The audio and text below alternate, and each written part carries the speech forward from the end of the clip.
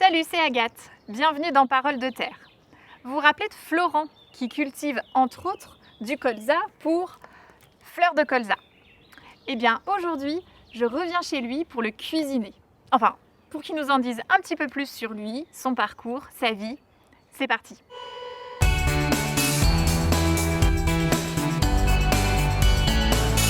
Salut Florent. Salut Agathe. Merci encore de m'accueillir. C'est avec plaisir. Et merci de nous avoir raconté tout ce que tu fais pour Fleurs de Colza. Aujourd'hui, j'aimerais qu'on me parle un petit peu plus de toi, de ton parcours. Alors, est-ce que tu peux nous expliquer si tu as fait des choses avant d'être agriculteur? Oui, je suis allé à Angers faire mes études agricoles. J'ai terminé par une licence végétale en double diplôme à l'étranger, aux Pays-Bas. Et donc, tu t'es installé à la suite de tes parents ou... Tout à fait, j'ai pris la suite de mon père. Donc, je suis fier de cultiver sur les terres de mon grand-père, de mon père et de prendre la suite. Et tu cultives quoi sur l'exploitation? Alors, c'est une exploitation assez diversifiée. On a une dizaine de cultures. On cultive du blé tendre, du blé dur, du colza, du maïs, du lavandin, des oignons, des pommes de terre. Et depuis peu, on a créé une petite structure qui fait des tomates. Alors, tu nous disais précédemment que tu répondais à certaines exigences environnementales, notamment sur le colza, que ton exploitation était certifiée HVE3, donc haute valeur environnementale. Tu as mis en place des ruches. D'où te vient cette volonté de faire mieux sur la biodiversité et l'environnement? Pourquoi tu fais tout ça? Donc par chance, je suis né ici. C'est un cadre qui donne envie de respecter l'environnement. J'ai envie de le laisser à mes enfants. Et en plus, mon père avait déjà pris le coche, c'est-à-dire qu'il m'a plus ou moins épaulé. Par exemple, je gère avec lui l'atelier apiculture. Et on est ravis de se transmettre de génération en génération ces valeurs qui sont très importantes pour nous.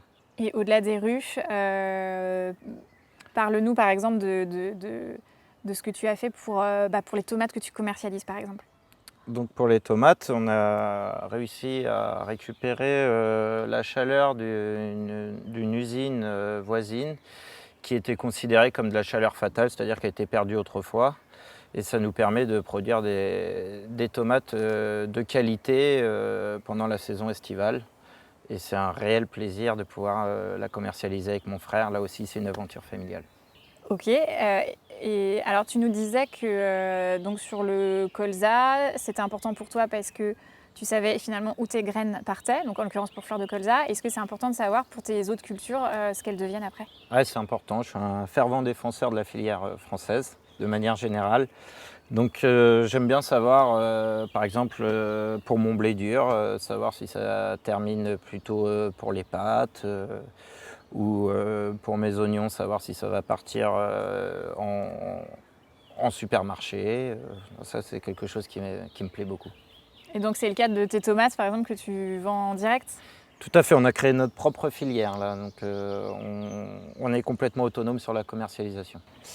Et alors, à l'inverse, toi, en tant que consommateur, est-ce que l'origine des produits, c'est important? Oui, très important. Quitte à choisir, je préfère acheter des produits purement français parce que j'ai vraiment confiance en ce que les agriculteurs français font. Donc j'en achète les yeux fermés. C'est un métier que tu as toujours voulu faire? Ouais, l'agriculture, ça coule dans mes veines depuis que je suis né. Donc pour moi, c'était une évidence. Qu'est-ce que tu aimes dans cette agriculture française? Qu'est-ce que j'aime, c'est de pouvoir répondre aux exigences du consommateur, surtout français, qui est de plus en plus exigeant, et de pouvoir leur apporter un produit noble et sain dans l'assiette. C'est une fierté pour toi? Une grande fierté, oui. Et est-ce que tu as des enfants? Est-ce que tu sais s'ils veulent faire pareil? Je n'ai pas encore d'enfant, j'ai un petit-neveu qui est ravi de venir faire du tracteur avec moi le week-end et apparemment ça a l'air de lui plaire. Et mes enfants feront bien évidemment ce qu'ils veulent, qui vivent leurs rêves. Alors ici on est en Eure-et-Loire, est-ce que tu aurais une spécialité à nous recommander? Et toi, quel est ton plat préféré?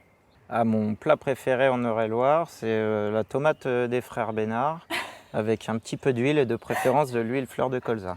D'accord, très bien. Et as-tu un dernier message pour changer le monde? Mangez français. Merci Florent. Merci à toi Agathe. Merci à tous d'avoir suivi cet épisode. La saga Fleurs de Colza est maintenant terminée et je suis sûre que comme moi, vous avez appris plein de choses. Si vous aimez les agriculteurs français, eh bien abonnez-vous à notre chaîne YouTube Terre Oléo Pro, likez, partagez et à très bientôt pour de nouveaux épisodes. Salut!